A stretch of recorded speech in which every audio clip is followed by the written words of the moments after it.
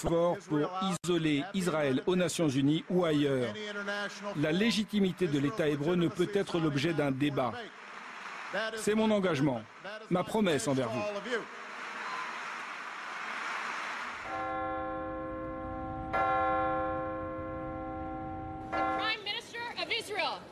Cette année, au lendemain du gala de l'AIPAC, Benjamin Netanyahou s'est rendu au Congrès.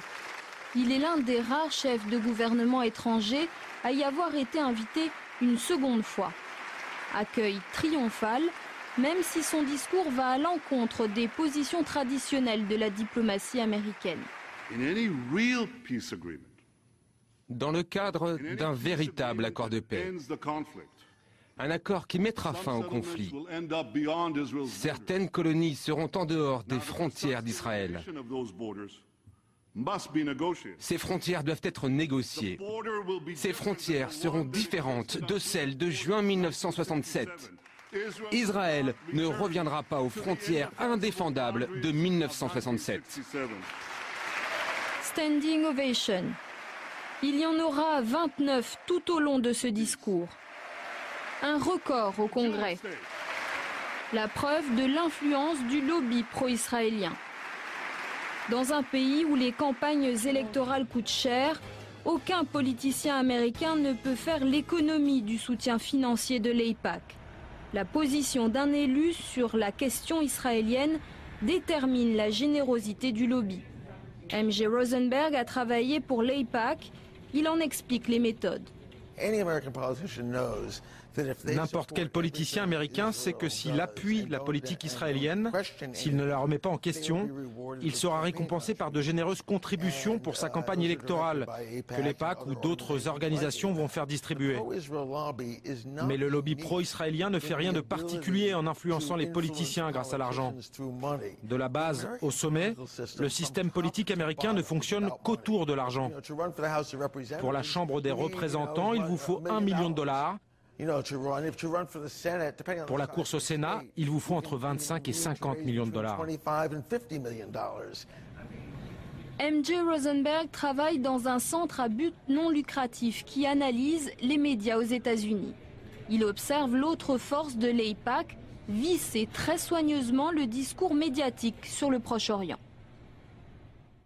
Le site internet Camera traque par exemple tout propos, tout angle éditorial dit anti-israélien. Le site nomme les reporters contrariants, liste les éditoriaux inopportuns et les reportages qu'il considère comme déviants. Le lobby va compliquer considérablement la carrière des journalistes qui ne sont pas perçus comme pro-israéliens. Ils auront du mal à trouver un job ou, s'ils en ont un, à garder un poste. Lorsque je travaillais à l'AIPAC, il y avait des listes, des dossiers sur chaque journaliste, sur chaque reporter, sur toutes sortes de gens.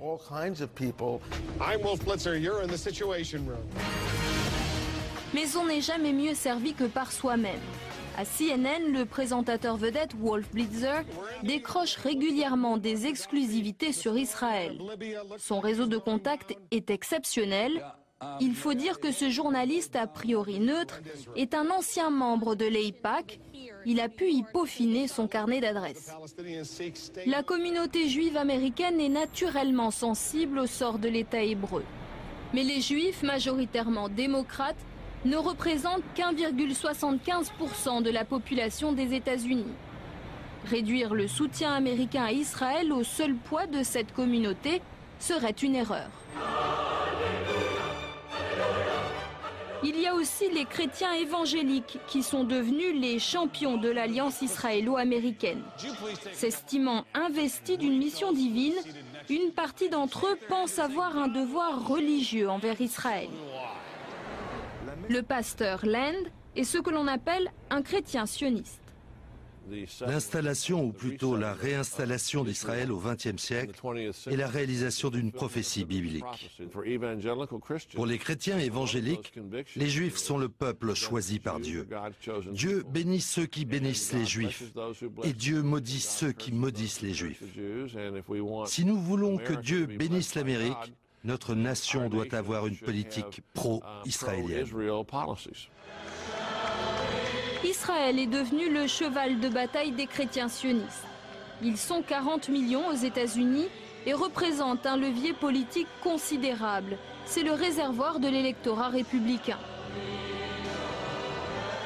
Eux aussi ont leur vedette télévisuelle, Glenn Beck, un ancien éditorialiste de la chaîne d'information conservatrice Fox News. Ces émissions sont une tribune pour le sionisme chrétien. I stand tonight with Israel. En août 2011, Glenn Beck a organisé une tournée en Terre Sainte pour soutenir l'État hébreu. Ses fans sont venus par centaines. Des croyants américains rassemblés pour écouter les paroles de l'animateur au pied des lieux saints. Discours mais aussi grand spectacle.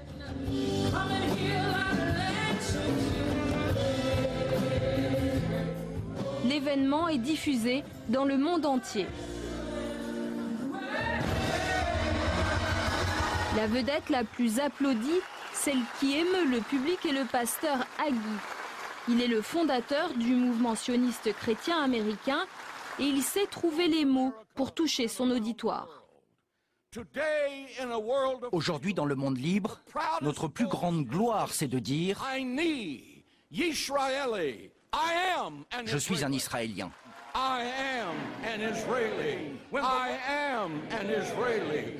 Des évangélistes sionistes, des groupes de pression juifs extrêmement efficaces, difficile pour les politiciens américains de résister à la force de frappe du lobby pro-israélien. Cet été, 81 membres du Congrès sont venus en visite en Israël, tout frais payés par l'AIPAC. Un parlementaire américain sur 6 a donc fait le voyage en Terre Sainte. Parmi les élus, la congresswoman Buerkle.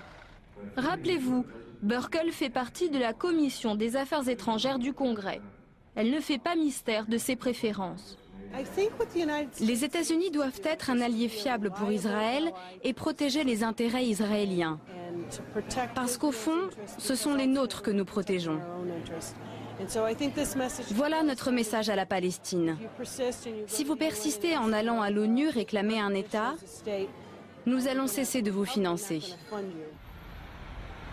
Ce rapport fusionnel entre l'Amérique et Israël pose question.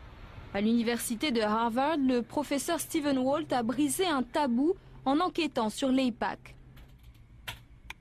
Avec le professeur John Mearsheimer, il considère que l'influence du lobby est parfois contraire aux intérêts stratégiques des États-Unis. Le lobby a contribué à l'anti-américanisme au Moyen-Orient et ailleurs. C'est l'une des raisons pour laquelle les États-Unis font face à la menace terroriste. Oussama Ben Laden et ceux qui nous ont attaqués le 11 septembre ont clairement dit que notre soutien à Israël motivait leur haine.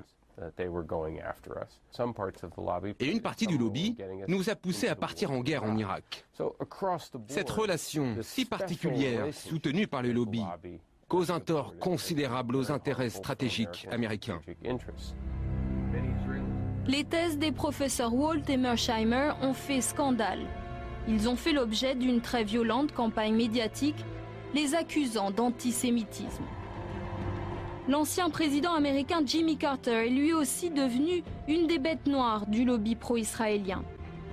Carter a pourtant négocié les accords de Camp David en 1978 qui ont scellé la paix entre Israël et l'Égypte. Ces efforts ont d'ailleurs été couronnés par un prix Nobel de la paix. Mais la publication de son livre intitulé « Palestine, la paix, pas l'apartheid » lui a attiré les foudres des partisans d'Israël.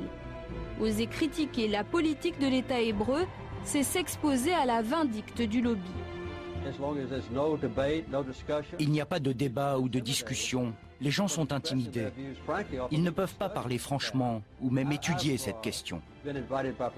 J'ai été invité à parler dans les plus prestigieuses universités qui comptent de nombreux étudiants juifs. On m'a interdit d'y aller pour faire des conférences. La pression est énorme. L'Anti-Defamation League fait partie de ceux qui attaquent Jimmy Carter. Son président, Abraham Foxman, ne mâche pas ses mots. Nous avons un problème avec Jimmy Carter. Il est intolérant, partial. Il est tellement acquis au récit palestinien qu'il frise parfois l'antisémitisme. Dire qu'il y a un lobby juif qui contrôle la politique américaine, c'est du sectarisme. Certes, cela n'enlève rien à ses efforts pour la paix. Il a reçu un prix Nobel pour cela.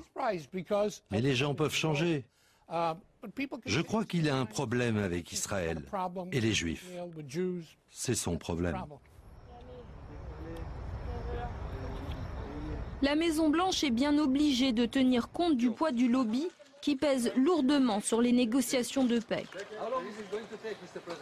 Ancien conseiller diplomatique de Bill Clinton, Robert Malley explique que la partialité des États-Unis ne fait aucun doute. Les États-Unis ont toujours dit clairement, depuis que les négociations ont commencé et avant, qu'ils étaient partie prenante dans le sens qu'ils étaient très proches d'Israël. Donc la question n'est pas une question de neutralité, pour moi c'est une question d'efficacité. Est-ce que tout en étant biaisé dans la relation dans le triangle États-Unis, Israël, Palestine, tout en étant biaisé, est-ce que les États-Unis peuvent être un médiateur efficace? Je crois que par moment dans leur histoire, ils ont prouvé qu'ils pouvaient l'être. Et pendant d'autres périodes, ils ont prouvé le contraire. Depuis les accords d'Oslo en 1993, l'efficacité de la diplomatie américaine est en panne. Bill Clinton a tenté de pousser les partis à White River Plantation puis Camp David, sans succès. George W. Bush a parrainé les discussions de tabac puis la conférence d'Annapolis en 2007, sans plus de résultats. Barack Obama a lui fait rêver le monde arabe en promettant un État palestinien lors de son discours historique au Caire, il y a 2 ans. Assalamu alaikum. Ses origines musulmanes ont fait espérer aux Arabes un président plus attentif aux revendications palestiniennes. Son appel à faire cesser l'avancée des colonies israéliennes a eu un écho considérable. Les États-Unis n'acceptent pas la légitimité de la continuation des colonies israéliennes.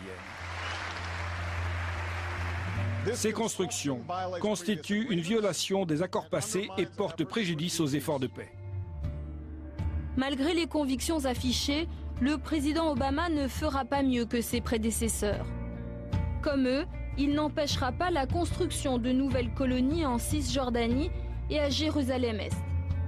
Car Barack Obama est un politicien en campagne pour sa réélection et les réalités de la carte électorale américaine lui interdisent de s'aliéner le lobby pro-israélien. On comprend mieux alors son rejet de la candidature palestinienne à l'ONU. La paix est un travail difficile. La paix n'arrive pas par des déclarations ou des résolutions aux Nations Unies. Si c'était aussi simple que cela, ce serait déjà fait.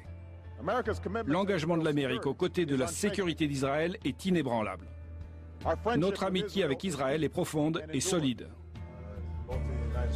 Et pour enfoncer le clou, Barack Obama pose après son discours devant les caméras avec Benjamin Netanyahou pour afficher l'amitié entre Israël et l'Amérique. Une amitié qui coûte cher. Chaque année, Washington verse plus de 3 milliards de dollars en aide directe à l'État hébreu. À Washington, le lobby pro-israélien veille à ce que cela ne change pas.